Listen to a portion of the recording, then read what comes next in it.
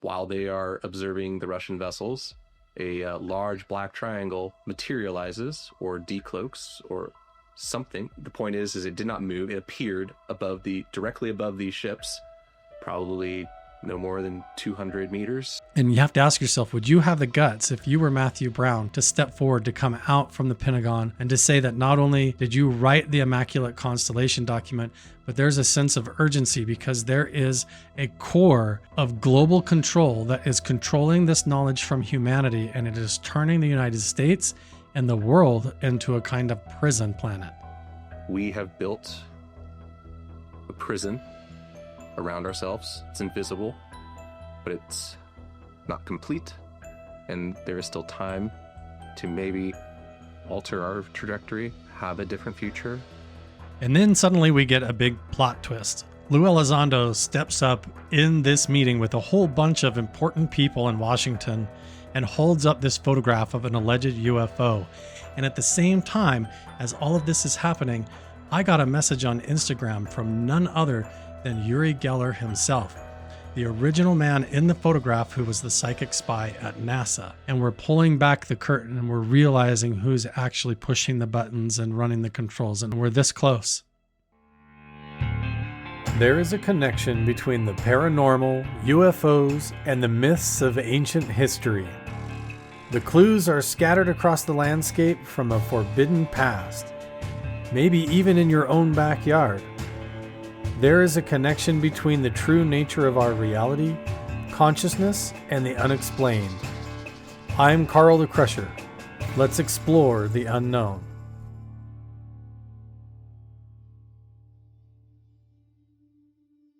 So out of the Pentagon, we have a new whistleblower called Matthew Brown.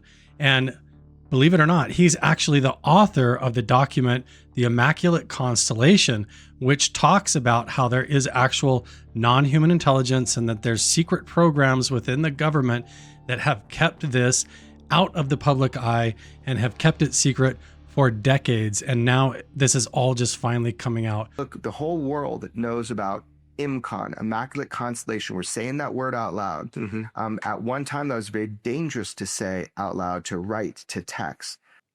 You come across a file that really is what leads us to being here today. It's the Schreiber file. Yeah, so it was labeled 2018 Schreiber War Game. There's just a generic title slide. There's a banner without classification markings that just says Immaculate Constellation.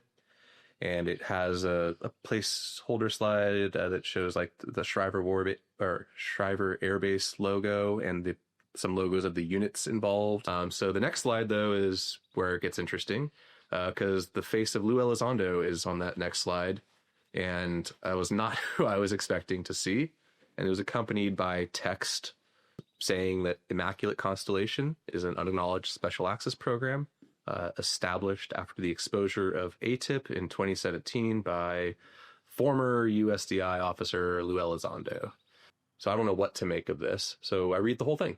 And you see who's accessed it prior to you? I can. And what did you see? So everyone says that I'm wrong and it's impossible, but the name I recalled at the time thinking, oh, that's odd, was name redacted.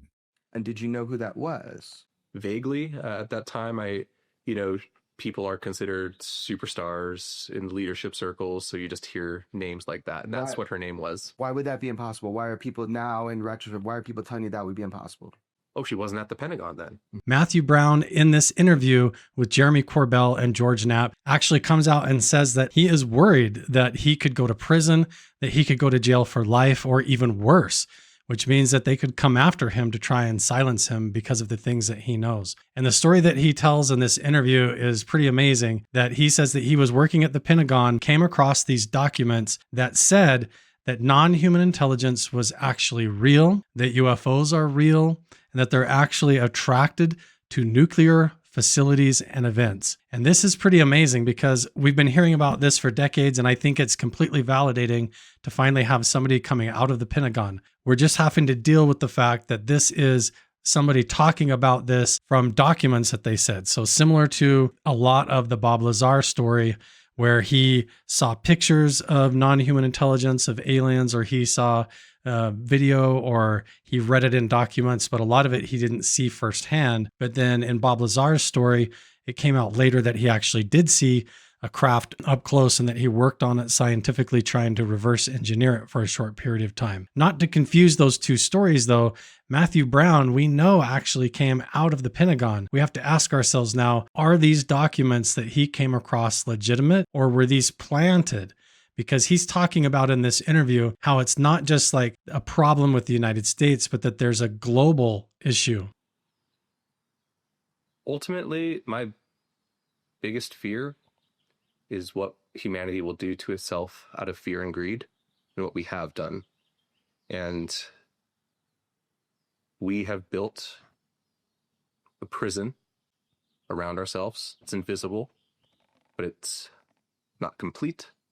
And there is still time to maybe alter our trajectory, have a different future. May not be the best one that we had hoped for, but it's going to be damn sight better than what they have planned for us. You know, there's no going back after you tell us this on camera. We had this conversation. This is it. This is the line in the sand. You're about to cross over here.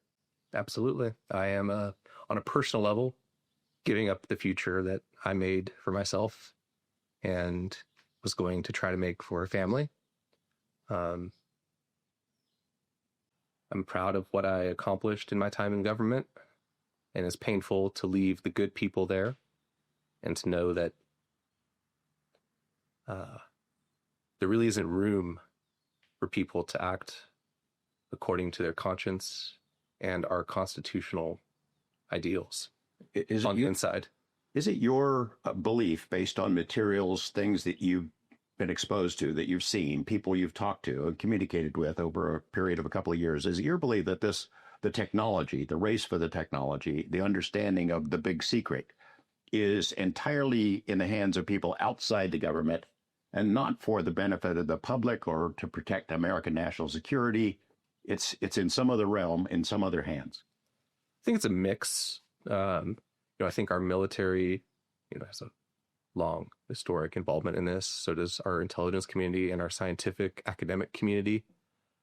We have, as a country, allowed ourselves to be penetrated, co-opted, and corrupted by an internationalist force that serves their interests and views nations, peoples as tools and means to an end.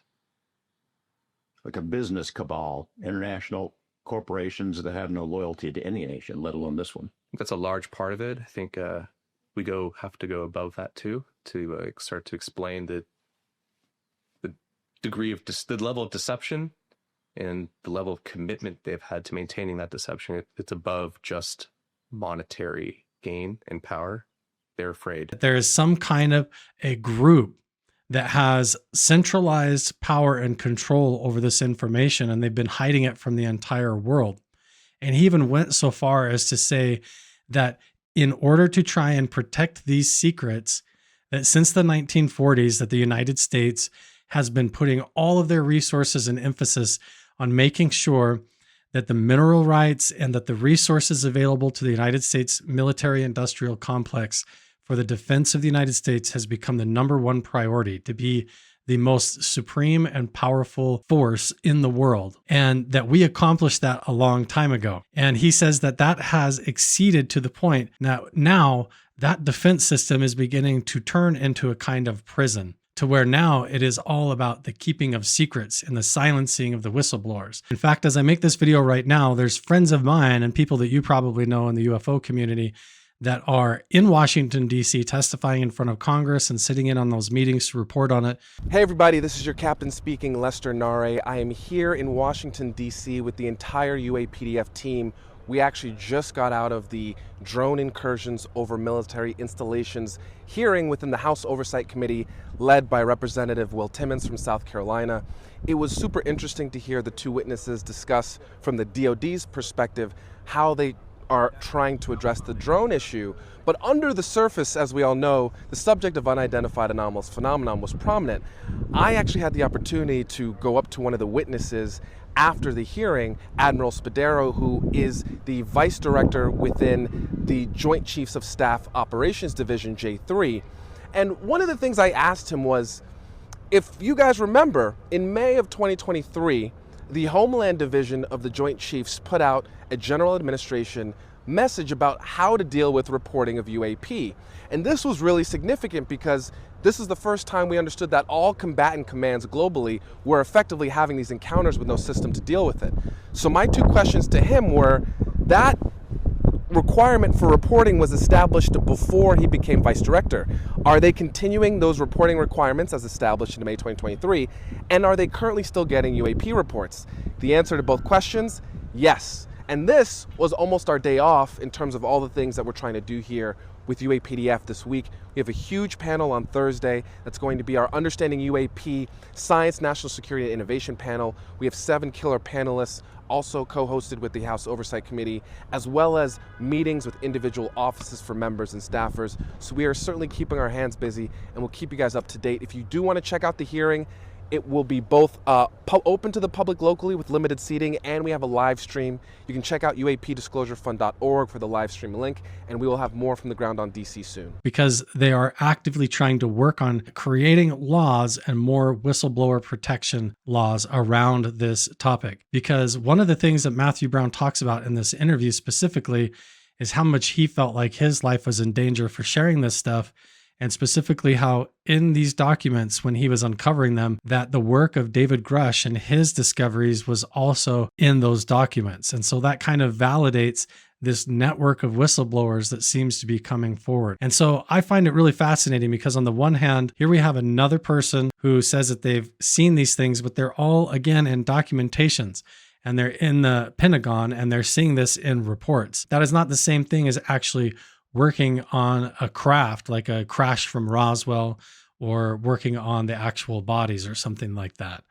But he does come flat out and say in this interview, non-human intelligence is real and that they actually exist and that is a real thing. I mean, we have, there's a race for the technology to try to understand it. We have adversary nations who'd love to get it ahead of us. Why not keep this stuff secret? Well, if it was just technology that we are worried about protecting and maintaining a military advantage, there's strong arguments to be made and have successfully been made for decades in this country that the American leadership and American people seem to be finding acceptable to be left in the dark about where science, technology, and their military is taking them. This isn't just technology. This isn't something somebody came up with in a lab and it's sensitive because once the cats have the bag, anybody can do it. Fundamentally, this comes from and is secondary to what we've been told is the biggest question, which is humanity alone? The answer is no. And the secrecy that has been defended is at the cost of, in my mind, human dignity, freedom, and progress. And it is no longer permissible or acceptable in my mind to continue this course, to deprive another generation of not just Americans, but humanity of their birthright to know who they are, where they came from, and what's with us. And he even goes on and describes that most often what shows up above these nuclear installations and facilities is orbs. Intelligence, surveillance, and reconnaissance mission of a global nature for UAPs and RVs, ARVs. The hesitation there is some time has passed. One of those acronyms is in there, either RV or ARV, and that is how the triangle, in this case, was labeled. It's been 7 years. So as you're reading through this and that you're remembering RV or ARV just for our audience. So RV is, reverse reproduction vehicle. Yeah. And the ARV would mean alien, anomalous reproduction. We see, people in the literature say alien reproduction vehicle. It could just be anomalous, Advanced. or advanced. It could be anything that can go after A. So you don't know what that is. But I don't. This is a pretty interesting image here. It is. And then the text that accompanies it describes the incident. And what can you tell us about the summary of that is just how it unfolded. I should actually back up and say the image itself was unique. This isn't by a plane or a satellite. It looks to be a image pretty close to the waterline. So something that to me read is we have a clandestine submersible asset close by this fleet, and it's taking pictures, trying to stay unnoticed. And so, yes, in the description, it basically lays out what occurred that night, which was that our collection assets were there in area monitoring Russian naval vessels. Not sure what they're doing there. But they've been hanging out in the middle of the ocean in this place, apparently, for a few days. Keep an eye on them. And this night, while they are observing the Russian vessels, a large black triangle materializes or decloaks or something. The point is it did not move. It appeared directly above these ships, probably no more than 200 meters, pretty close. And interestingly, as noted in the report itself, there was no visible reaction from these vessels from what would almost certainly be considered a hostile approach. What do you take away from that? They didn't notice it, or they're not upset about it, or they don't know what to do with it, or what? So the implication also in the text describing it was, I should say the analysis in the text was that the Russian Navy had foreknowledge that this vehicle would appear in that area of the ocean, and they were there specifically to either collect on it themselves or to interact with it in some way. Any indication that it might be theirs, that they knew it's going to be there because they control it? Not in that document. And I haven't seen anything to make me think that they controlled that particular craft, but didn't see anything to the contrary either. I guess it could be that they've seen it before, that there's nothing they can do about it, so don't get excited about it.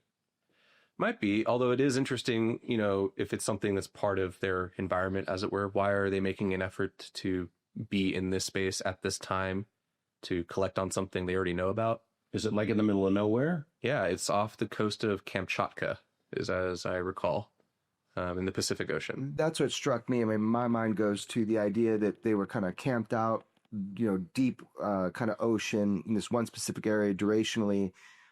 It kind of implies to me, if I'm thinking outside the box here, there's some form of comms or communication with whoever the operators are of this craft. Am I going too far with that idea? Or? I think it's a reasonable one to have. And the next pages show orbs from different parts of the world. Mm-hmm. It looks like the pattern is that under this Immaculate Constellation, they're gathering UAP images from all over the place. Absolutely. I mean, that's the core of it, right? Is the idea that we collect data on these UAP, and someone needs to bring them, collate them together to provide intel to who needs it. And we're assuming, or not assuming, it's been pretty laid out, the Immaculate Constellation was a kind of place to bring everything together to provide those briefings to senior leadership. Is that correct? I don't know about to provide briefings, but definitely to collect data from the military intelligence enterprise specifically, and the sensors associated with that. And yes, to collect that data, centralize it, and have it there for presumably both analysis and, operational needs. And then suddenly we get a big plot twist. Lue Elizondo steps up in this meeting with a whole bunch of important people in Washington and holds up this photograph of an alleged UFO, a giant flying saucer that he described as silver metallic looking. And you can see the shadow of this thing hovering over the desert floor. And he actually holds this up. He says he can't vouch for whether or not he knows if it's actually real or not, but that it was a photograph taken by an actual pilot that is not from the military. And there is the photo. He holds it up. This is a picture that somebody else took and leaked out of the conference, but it says it's near Four Corners. So let's listen to what Lue has to say. It is a lenticular object, and when you look at the shadow being cast, it is significantly large. This is an altitude of 21,000 feet. Taken by a civilian pilot. Now, why is this important? I'll pass this I'll hold another copy here. If you could, Kirk, when you're finished as well, please pass it on down to them. This is taken from a civilian pilot, right? Not a FLIR system, not an infrared system, but an average person with an average camera at 21,000 feet. And the object potentially is anywhere between 600 to 1,000 feet in diameter. It's a lenticular object, and it is silver. Now, I cannot vouch for the veracity of this photograph. I didn't take it. But this is an example of one of many, many, many incidents involving commercial and private pilots. And guess what? They don't know where to report it. Guess what? Congress has no idea that this is happening on a regular basis. The UFO news is coming at us from left and right, all different angles, but I'm telling you, these dots are all connected. At the same time as Lue Elizondo is there in this conference, he's joined with a lot of other big figures in ufology, including Eric Davis. So here he is holding up this image of this alleged flying saucer. This thing is huge, like the size of a football stadium. If this is real, this is like a giant thing flying over four corners. But this is where we need to take just a minute with all of this happening and coming out all at once and start to connect the dots. Because we know that with Lue Elizondo there at that conference with Eric Davis, that both of these guys are really close friends with the scientist, Dr. Hal Puthoff. And Hal Puthoff was just on the Joe Rogan podcast. And these gentlemen are all connected and they all know each other at different levels and have worked together. In fact, there is Dr. Hal Puthoff, and then my colleague to his right on the left of the screen, Dr. Jim Segala. And there they are in Washington, D.C. with the crew from Skinwalker Ranch, reporting on the Modular Unidentified Phenomena Alert System study that was originally ran by Dr. Hal Puthoff and Dr. Jim Segala, who is a close friend of mine and a colleague through the MUPAS project, is now in charge of. But if we go back far enough, remember in previous videos, we've talked about how Uri Geller was the lead remote viewer with Hal Puthoff and how they went with astronaut Edgar Mitchell to NASA, and they met with Wernher von Braun as part of the Psychic Spy program. And they looked at actual UFO crash recovered material from the Roswell incident. And this is where it gets really fascinating, because at this time, Hal Puthoff was a member of the CIA, and the whole Psychic Spy program was brand new. And now, fast forward to now, from clear back in the 1960s, Hal Puthoff is just finally coming out on the Joe Rogan podcast and going to be talking about all of this. And at the same time as all of this is happening, I got a message on Instagram from none other than Uri Geller himself, the original man in the photograph who was the psychic spy at NASA. Now, all I can say right now is that Uri Geller has seen my YouTube video. He shared the image that I recolored and remastered for him. And then he even shared the URL to the YouTube video and emailed me and messaged me and said that he would like to talk. And so he is confirming a lot of these things that we've been talking about. Did NASA know you were going to do that? No, they did not. Had they known, would they have been happy? Not particularly. So there you have it. That was kind of the whole beginnings of it, and not the entire thing. We're going to keep going a lot deeper here, because we're talking again tonight about the critical moments and events that showed the government and these secret programs that this phenomena was legitimate and that these things could happen. So imagine that at Montauk, they came through all these breakthroughs and discoveries with Andrei Puharich, with this channeling, with this remote viewing, with the technology that they were using. And suddenly he's hearing voices from Enki and the Nine from Egypt, and they're trying to figure all this stuff out. So let's just take it at face value, like pretend like it's real and it really happened. And these guys aren't lying to get like funding for their programs and stuff. Just imagine that it's real for a minute. So what they do is this secret experiment with Edgar Mitchell to try and see if it works all the way to the moon. So if you have an ancient sacred site and it amplifies your experiences, what happens if you leave the earth in the electromagnetic field of the earth? Does telepathy stop? Does it get worse? Does it get better? Does it get worse? And so he did 4 experiments all the way to the moon and back, and they were the results were statistically significant enough that they realized it didn't even matter if a guy was walking on the moon. He was able to tell what shapes and colors on the Zener cards were. So he was able to pass the telepathy test. It didn't even have to be on the electromagnetic field of the earth. So suddenly in this program, they're like, whoa, this is like a huge moment and a breakthrough. And so what happened was Edgar Mitchell came back from the moon and was fully vested now in this psychic spy program. He joined the team there at Stanford.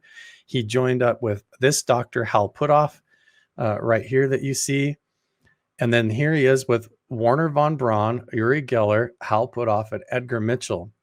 And this becomes one of the huge critical moments. This photograph right here actually captures the beginnings of the UFO crash recovery program that combined finally with the psychic spy program, and how those two things suddenly merged, and why today you have people like Jacob Barber and his colleagues coming out that are Delta Force operators and Green Beret Special Forces guys saying that they use remote viewing and they use these same methods in order to take control of UFOs, bring them down, crash them, basically through telepathy, they hijack the control systems, pilot the UFO down, and then these teams go in and capture them for Lockheed or something, Lockheed Martin. So it's pretty wild. But this is the first incident and the proof that if that program is real, this is literally the day that it all began. And we're about to hear the story of what happened. This is Uri Geller. One of the types of demonstrations that Geller likes to do is to sit with a group of people and attempt to send a number to various people in the room.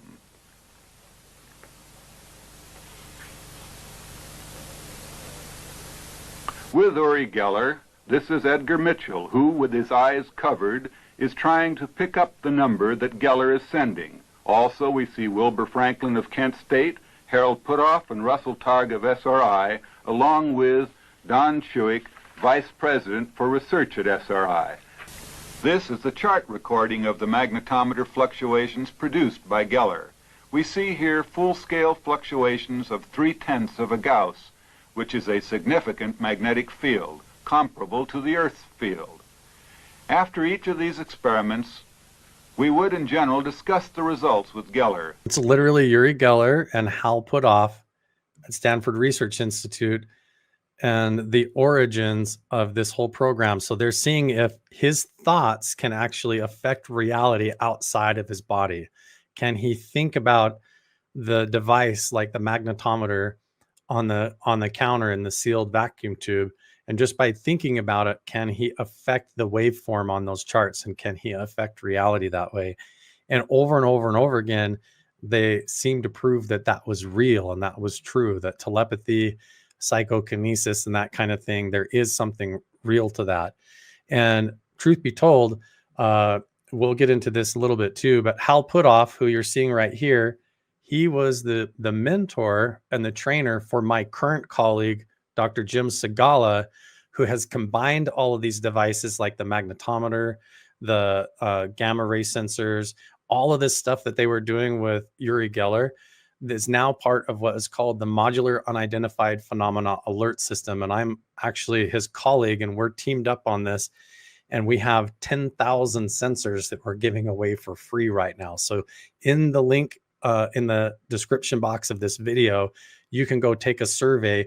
Everything that Uri Geller was doing in this video back in Stanford with Hal Puthoff has evolved, and today is this Modular Unidentified Phenomena Alert System study. We call it MUPAS for short. That's the acronym.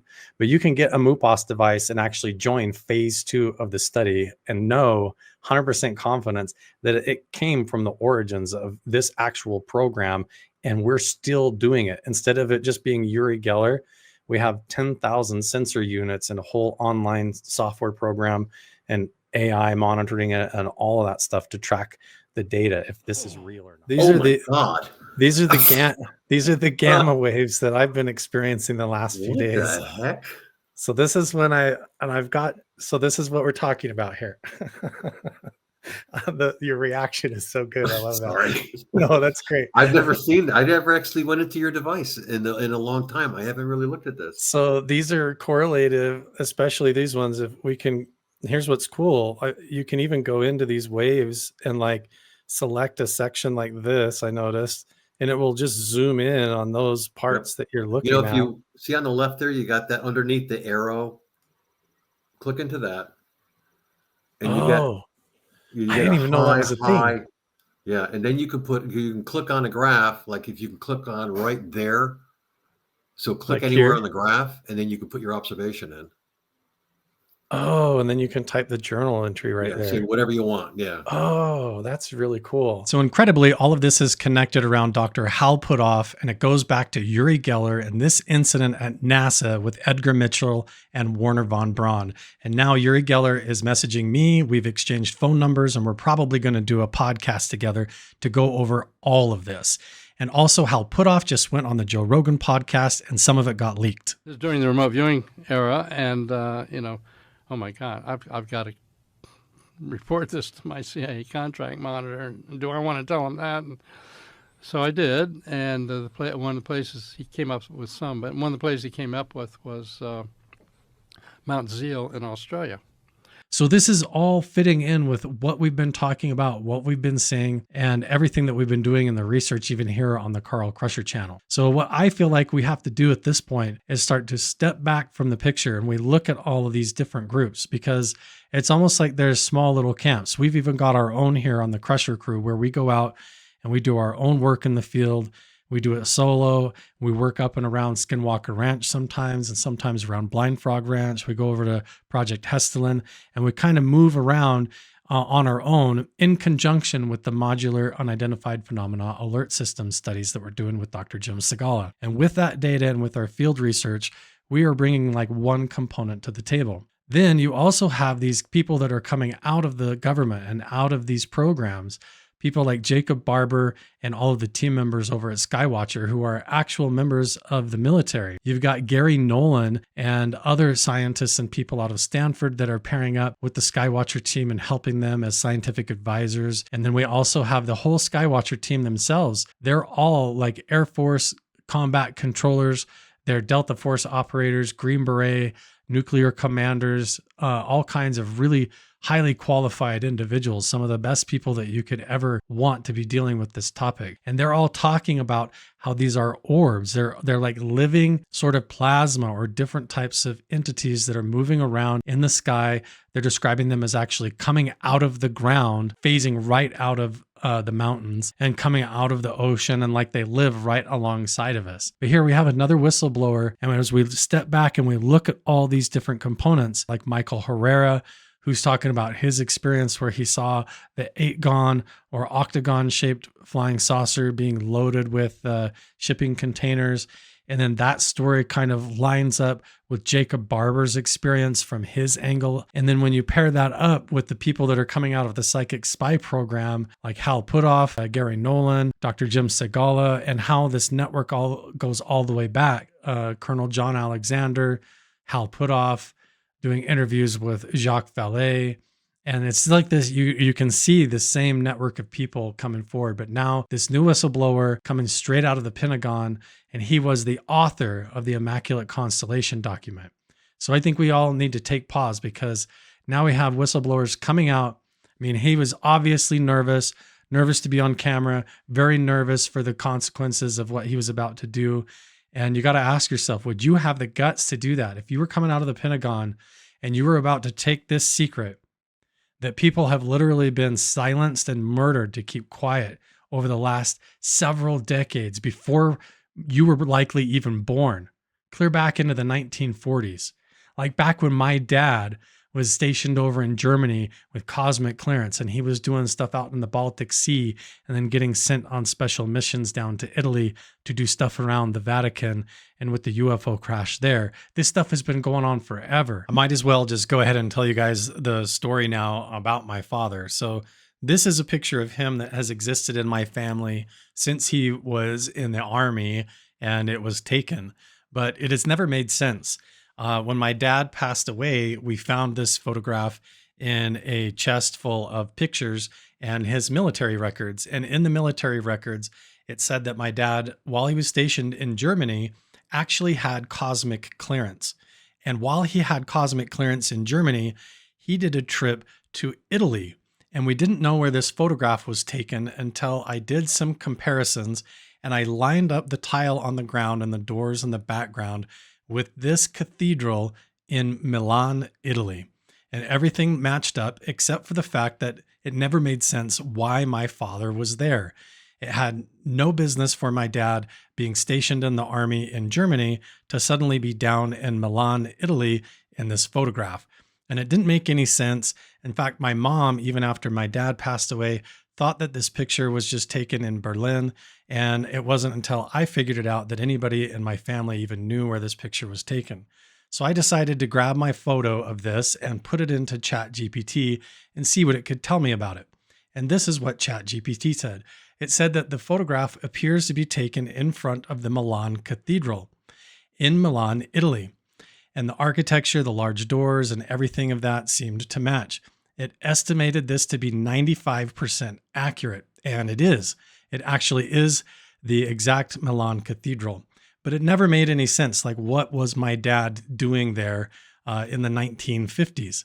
And so after I did this analysis with ChatGPT, I decided to ask it, why would my dad have been there in the army in this picture in the 1950s and 1960s during that time frame? And ChatGPT actually told me that the people in the background were in the Navy and that there was a joint naval exercise going on between the Army and the Navy and different operatives that were there in Italy as a cover for another mission that was going on in order to recover different UFO crash material that could have been there. So my father had a NATO clearance, a Cold War intelligence NATO operation clearance, which was cosmic clearance, which is even above top secret. And so he was traveling outside of his station in Germany and went to Milan, Italy, and was there during this entire joint operation and military presence that was going on. Now, I don't know for sure exactly why he was there or what he was stationed there doing, if he was there just escorting somebody else that was ranked higher up than him. And he never actually told us. But my father's favorite movie was The Day the Earth Stood Still and The Thing from Another World, the one from the 80s and even the original black and white one. He was always into UFO stories and UFO crash recovery program, and even could have spent time while he was in Germany investigating UFOs going in and out of the Baltic Sea. And that's when, as I was doing all this research, I remembered the NewsNation interview between Ross Coulthart and David Grusch. You say it's a 90-year cover-up. Just about, yeah. 90 years. 1933 was the first recovery in Europe, in Magenta, Italy. They recovered a partially intact vehicle. It's long been known that the regime of dictator Benito Mussolini documented numerous UAP during this time. This internal memo from the Italian secret services includes crude drawings of the UAPs. It's true. It's real. Yeah, that actually happened. The Italian government moved it to a secure air base in Italy for the rest of kind of the fascist regime until 1944, 1945. And, the Pope Pius XII back-channeled that. So the Vatican was involved? Yeah, and told the Americans what the Italians had, and we ended up scooping it. So let me be very clear about this. You're saying that the Catholic Church, the Vatican, they know about the existence of non-human intelligence on this planet? Certainly. Grusch says shortly after the dawn of the atomic age, another major crash recovery took place. You've probably heard of it. What can you tell me about the Roswell craft? Fortunately, those details were not approved for me to talk about right now. This much we know. In 1947, an object crashed in the New Mexico desert near the town of Roswell. And now we're still doing it to this day. But now all of this is coming out, and you have to ask yourself, would you have the guts, if you were Matthew Brown, to step forward, to come out from the Pentagon and to say that not only did you write the Immaculate Constellation document, but there's a sense of urgency because there is a core of global control that is controlling this knowledge from humanity, and it is turning the United States and the world into a kind of prison planet. And it's because they're keeping this knowledge from us. And Matthew Brown in this interview talked about how these orbs will show up, how they will box in fighter jets, how they will interfere with nuclear facility operations and commands and what they're trying to do. This is all lining up exactly like what we thought. And it seems like the whole world is so busy just trying to get up and pay their bills and trying to survive because the economy is troubling. There's wars going on in different places, and you're just trying to take care of your families and get by, that it's so hard to pay attention to this topic. But in the next year or so, the whole world is going to change. And I feel like just in the last few years, it radically has shifted. If you think about it, just 4 years ago, when we started all really digging into this topic, especially on this channel and going full time on it, nobody was even talking about remote viewing. Nobody was talking about orbs. Nobody was talking about the connection between skinwalkers and paranormal phenomena and UFOs. No one was talking about telepathy and this idea of psionics. And when I was going on these podcasts and bringing these topics up and asking people like Lue Elizondo in their interviews with other people about it, all of those questions, even just 4 years ago, people were dodging, like they didn't want to be associated with remote viewing. They didn't want to be associated with telepathy. They didn't want to talk about the connection between skinwalkers and paranormal things following you home. And now all of that is out in the open, and it sounds like it's real. So we have a lot to chew on in the UFO community, you guys. As we go forward, the conspiracies begin to crystallize, and they're not a conspiracy anymore. They are a prism of seeing reality. And we're realizing that this is something that's just been hidden from us. And maybe these experiences, these things that you guys have seen in the sky, the experiences that you've had where you felt like you've had bizarre out-of-body experiences or sleep paralysis, strange things in your house at night or whatever, we're starting to prove and validate that that stuff is not imaginary. With the work that we're doing with Dr. Jim Segala in phase 2 of the modular study for MUPAS, we're finding that these things are not just aberrations that are happening like in your imagination, but we're capturing the evidence in our houses and out in the field, and even the biometrics on people's watches. We have over 300 participants in that study internationally now in like over 12 countries, and they're all gathering data that's lining up. And right now, a bunch of my friends